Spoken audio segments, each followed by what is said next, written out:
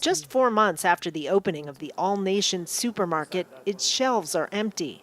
Nearly all of the specialty foods from around the globe had to be thrown away after the store was left without power for nearly a month. Everything was rotting, everything was smelling. We have to cover our nose, we cannot breathe. In fact, I first shut the door and ran out. I can't come in. And in fact, I cried that, wow, what will I do? The wildfires that forced the evacuation of Fort McMurray spared its business district, but establishments are dealing with the stench of rotting food, bugs, and smoke damage, not to mention a shortage of employees, customers, and cash flow. Only about half of residents have returned, and the area's main industry is not yet back online. This is the economic engine of Fort McMurray, oil, an industry already suffering from falling crude prices.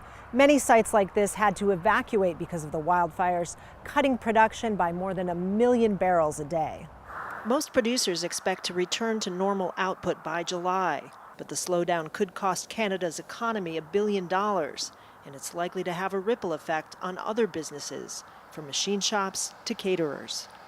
One of the wrinkles is that a lot of the businesses have been suffering in terms of their cash flow and their profitability over the last 18 months because of the downturn in energy prices. So that will make it more difficult for some, and we'll probably see some firms go under. Some experts predict those losses will be offset by the investment in rebuilding, which is also expected to exceed $1 billion. Sales are brisk at Fort McMurray Home Hardware and Building Center. Here, the biggest challenge is a shortage of employees and stock.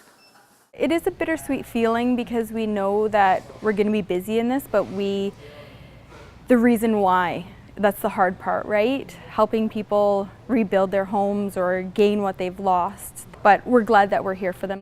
The Chamber of Commerce is asking the government for funding to help businesses like the all-nation supermarket. Its owner is hoping to get up and running soon enough to be able to pay next month's rent. Kristen Salumi, Al Jazeera, Fort McMurray, Alberta.